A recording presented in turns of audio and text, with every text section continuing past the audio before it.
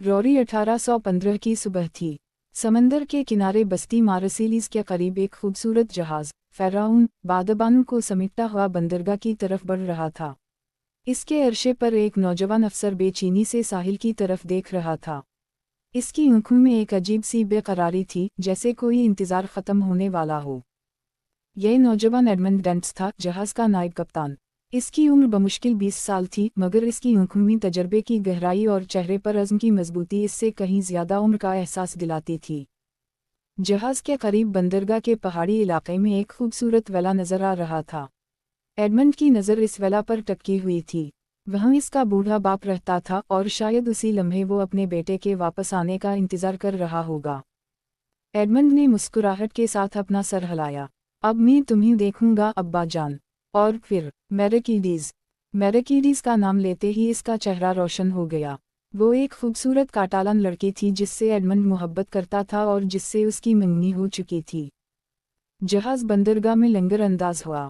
Edmund ने फौरन ही जहाज़ के मालिक मिस्टर मूरल को इत्तला दी और उनकी इजाज़त से साहिल की तरफ बढ़ा। वो पहले अपने बाप को मिलना चाहता था, लेकिन रास्ते में ही इसे एक खूबसूरत नौजवान मिला जो मुस्कुराता हुआ उसकी तरफ बढ़ रहा था।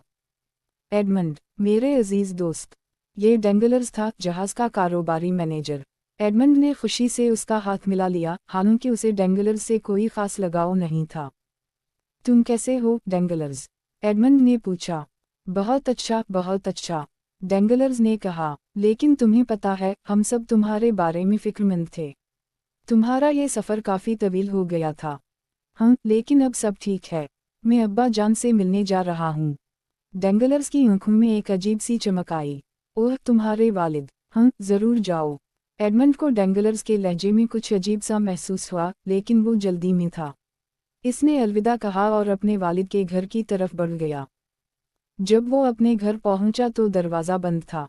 इसने दस्तक दी, कोई जवाब नहीं आया। इसने दोबारा दस्तक दी, इस बार ज़ोर से। आखिरकार दरवाज़ा खिला और एक बूढ़ा शख्स बाहर झांका। ये एडमंड का बाप था, लेकिन वो पहले जैसा नहीं लग रहा था। इसका जिस्म खमीदा हो चुका था, आंखें अंदर को धंस गई थीं और चेहरे पर बीमारी के आसार थे। अब्बा जान, एडमंड ने हैरत से कहा, आप ऐसे क्यों लग रहे हैं? क्या हवा है? बूढ़े डेंट्स ने अपने बेटे को देखा और आंसुओं से भर गया। एडमंड, मेरे बेटे, तुम आ गए। वो दोनों अंदर दाखिल हुए। घर की हालत देखकर एडमंड हैरान रह गया। हर तरफ गुर्बत और तन्हाई का राज था। फर्नीचर पर गर्द जमी हुई थी और हवा में एक अजीब सी खामोशी थी।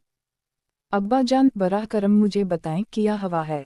एडमंड ने फिक्रमंदी से पूछा। बूढ़े डेंट्स ने एक गहरी सांस ली। बेटा, तुम्हारे जाने के बाद सब कुछ बदल गया। मेरे पास पैसे ख़त्म हो गए। मैंने तुम्हारे दोस्त डेंगलर्स से कर्ज लेने की कोशिश की, लेकिन उसने इनकार कर दिया। डेंगलर्स? एडमंड की भनवी तनी। लेकिन वो तो मेरा दोस्त है।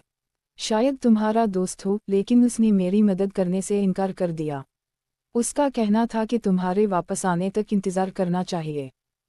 एडमंड का चेहरा गुस्से से सुर्ख हो गया। लेकिन आपको पैसों की ज़रूरत थी। आप बीमार लग रहे हैं।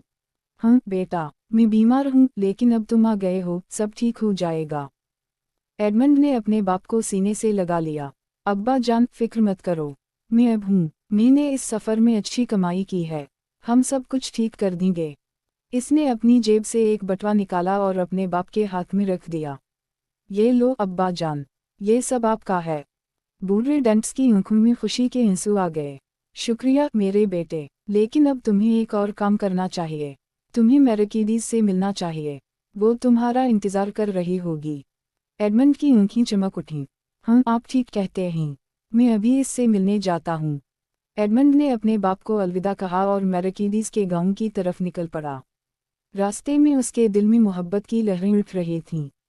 वो सोच रहा था कि मैरकीडीज इसे देखकर कितनी खुश होगी। लेकिन जब वो मैरकीडीज के घर पहुंचा तो उसे एक और शख्स वहां बैठा देखकर हैरत हुई।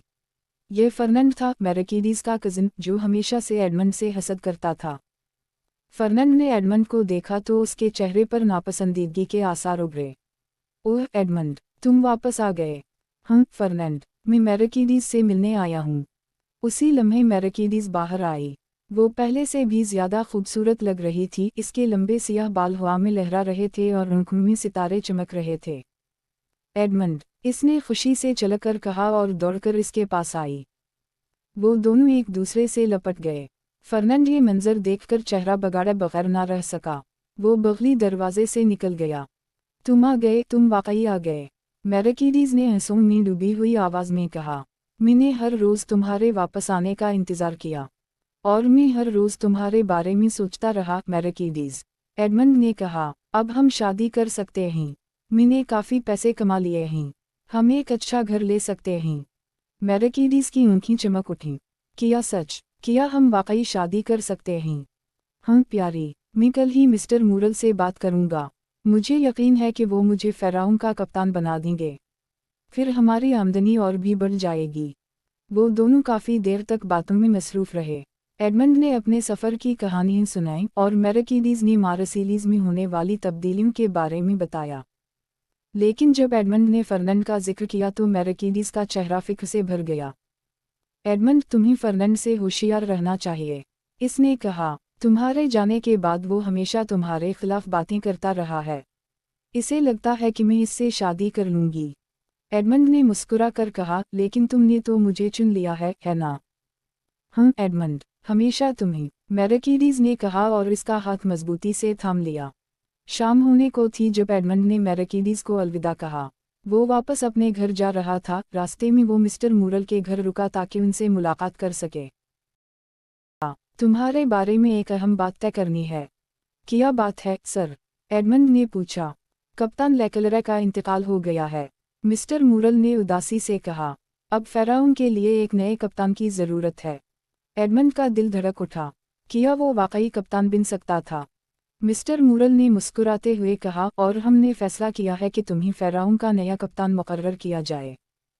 ये सुनकर एडमंड के पांव तले से ज़मीन निकल गई। वो हैरत और खुशी से बोल नहीं पा रहा था। किया सच सर? इसने हकलाते हुए पूछा। हाँ एडमंड, तुम एक बेहतरीन नाखुदा हो और तुम्हारी ईमानदारी और मेहनत पर हमें पूरा भरोसा है। तुम्हारी उम्र सिर्फ 20 साल है, लेकिन तुम्हारे पास तजुर्बा है। एडमंड ने मिस्टर मूरल का शुक्रिया अदा किया। ये इसकी ज़िंदगी का सबसे खुशी का लम्हा था। अब वो मैरकिडीज से शादी कर सकता था, अपने बाप की देखभाल कर सकता था और एक बाइज्जत ज़िंदगी गुजार सकता था। लेकिन जब वो मिस्टर मूरल के घर से बाहर निकला तो उसे डेंगलर्स खड़ा मिला, जिसके चेहरे पर एक अजीब सी मुस्कुराहट थी। तुम्हें मुबारक हो कप्तान डेंट्स, डेंगलर्स ने कहा। एडमंड को उसके लहजे में खटक महसूस हुई। शुक्रिया डेंगलर्स, तुम बहुत खुशकिस्मत हो एडमंड, डेंगलर्स ने कहा। सिर्फ 20 साल की उम्र में कप्तान बनना, ये तो बहुत बड़ी बात है। ये किस्मत की नहीं, मेहनत की बात है डेंगलर्स, एडमंड ने कहा। हाँ बिल्कुल, डेंगलर्स ने कहा। तुम्हारे बाप को भी तुम पर फख्र होगा। जी हाँ, वो होंगे, एडमंड ने कहा। अब मुझे जाना चाहिए, मैं कल तुमसे मिलता हूँ। एडमंड वापस अपने घर की तरफ चल पड़ा। इसे एहसास ही नहीं हो रहा था कि इसकी खुशी इसके दुश्मनों की आंखों में खटक रही थी। उसी शाम शहर के एक छोटे से होटल में 3 अफराद जुमा थे। ये थे डेंगलर्स, फर्नांड और एक तीसरा शख्स जिसका नाम कादिरूस था। कादिरूस एक दर्जी था जो एडमंड का पड़ोसी था। वो शराब का शौकीन था और आसानी से बहकाया जा सकता था। तो एडमंड कप्तान बन गया है, डेंगलर्स ने कहा, और अब वो मैरकिडीज से शादी करेगा। फर्नांड का चेहरा गुस्से से सुर्ख हो गया। मैं उसे रोकूंगा, मैं कभी भी ये नहीं होने दूंगा। लेकिन तुम कैसे रोकोगे? डेंगलर्स ने पूछा। मिस्टर मूरल खुद उसे कप्तान बना रहे हैं। हमें कुछ करना चाहिए, फर्नांड ने कहा। कुछ ऐसा जो उसे हमेशा के लिए ख़त्म कर दे। डेंगलर्स ने एक शैतानी मुस्कुराहट के साथ कहा, मैं एक तरीका जानता हूँ। कादिरूस, जो शराब के नशे में धुत था, ने पूछा, क्या तरीका? डेंगलर्स ने अपनी आवाज़ को पस्त करते हुए कहा, हम एक ख़त लिखेंगे। ख़त? किसे? फर्नांड ने पूछा। हुक्काम को, डेंगलर्स ने कहा। हम बताएंगे कि एडमंड डेंट्स नेपोलियन बोनापार्ट का हामी है। ये सुनकर फर्नांड और कादिरूस के चेहरे फिक हो गए। उस जमाने में नेपोलियन के हामी होने का इल्ज़ाम बहुत बड़ा जुर्म था। लेकिन ऐसा नहीं है, कादिरूस ने हकलाते हुए कहा। एडमंड तो बादशाह का वफादार है। कौन जानता है, डेंगलर्स ने कहा। हम एक ख़त लिखेंगे जिसमें बताएंगे कि एडमंड ने जजीरा एल्बा का सफ़र किया था और वहाँ उसने नेपोलियन के एजेंटों से मुलाकात की थी। फर्नांड की आंखें चमक उठीं। हाँ, ये अच्छा ख्याल है। लेकिन कादिरूस ने एतराज़ किया, तुम्हारी कोई राय नहीं चाहिए कादिरूस। डेंगलर्स ने कहा, तुम सिर्फ हमारे साथ रहो। डेंगलर्स ने कागज़ और कलम निकाला और एक ख़त लिखना शुरू किया। इसने एडमंड पर नपोलियन का हामी होने का इल्ज़ाम लगाया और बताया कि वो फ्रांस में बगावत फैलाने की कोशिश कर रहा है। ख़त लिखने के बाद डेंगलर्स ने फर्नंड से कहा, तुम्हें ये ख़त हाकिम के पास ले जाना होगा। फर्नंड ने हिचकिचाते हुए कहा, लेकिन अगर पकड़े गए तो? तुम पकड़े नहीं जाओगे। डेंगलर्स ने कहा, तुम सिर्फ ख़त डाक में डाल दो, कोई तुम्हें नहीं देखेगा। फर्नंड ने ख़त ले लिया। इसके हाथ कांप रहे थे, लेकिन उसके दिल में हसद और नफ़रत ने इसे मजबूर कर दिया था। अगली सुबह एडमंड अपनी मंगनी की तकरीब के लिए तैयार हो रहा था। उसका बाप खुशी से फूला नहीं समा रहा था। घर में खुशी की लहर दौड़ गई थी। आज हमारी जिंदगी बदल जाएगी अब्बा जान, एडमंड ने कहा। हाँ बेटा, मैं तुम्हारे लिए बहुत खुश हूँ, बूढ़े डेंट्स ने कहा। लेकिन इन्हें क्या मालूम था कि उसी लम्हे एक ख़त हाकिम के दफ्तर पहुंच चुका था, जो एडमंड की ज़िंदगी को हमेशा के लिए बदलने वाला था। तकरीब के वक्त एडमंड और मैरकिडीज़ एक दूसरे के सामने खड़े थे। उनके चेहरे पर खुशी की रोशनी थी। तमाम मेहमान इन्हें मुबारकबाद दे रहे थे। लेकिन अचानक दरवाज़ा खिला और 3 सिपाही अंदर दाखिल हुए। उनके साथ एक अफसर था जिसके हाथ में एक कागज़ था। एडमंड डेंट्स, अफसर ने आवाज़ लगाई। तमाम मेहमान खामोश हो गए। एडमंड ने हैरत से अफसर की तरफ देखा। मैं एडमंड डेंट्स हूँ, क्या बात है? अफसर ने कागज़ दिखाया। मैं तुम्हें गिरफ्तार करता हूँ। एक सन्नाटा छा गया। मैरकिडीज़ चीख उठी। बूढ़े डेंट्स का चेहरा सफ़ेद पड़ गया। गिरफ्तार? लेकिन क्यों? एडमंड ने पूछा। गद्दारी के इल्ज़ाम में, अफसर ने कहा। तुम पर नपोलियन बोनापार्ट का साथ देने का इल्ज़ाम है। ये झूठ है, एडमंड ने एहतजाज किया। मैंने कभी भी गद्दारी नहीं की। ये बात तुम अदालत में जाकर साबित करना, अफसर ने कहा। अब हमारे साथ चलो। सिपाहियों ने एडमंड के हाथों में हथकड़ियाँ डाल दीं। मैरकिडीज़ रोती हुई इसके पास आई। एडमंड, ये सब झूठ है। तुम ज़रूर वापस आओगे, है ना? एडमंड ने मुस्कुराने की कोशिश की।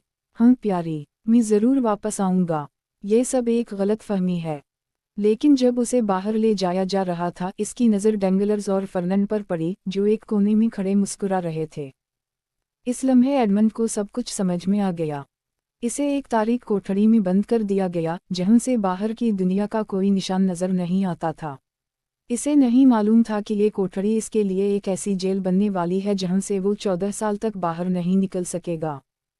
और इसे ये भी नहीं मालूम था कि इसकी गैर मौजूदगी में इसका बूढ़ा बाप गम और तन्हाई से मर जाएगा और मैरकिडीज़ मायूसी के आलम में फर्नंड से शादी कर लेगी। लेकिन एडमंड डेंट्स अभी मरा नहीं था।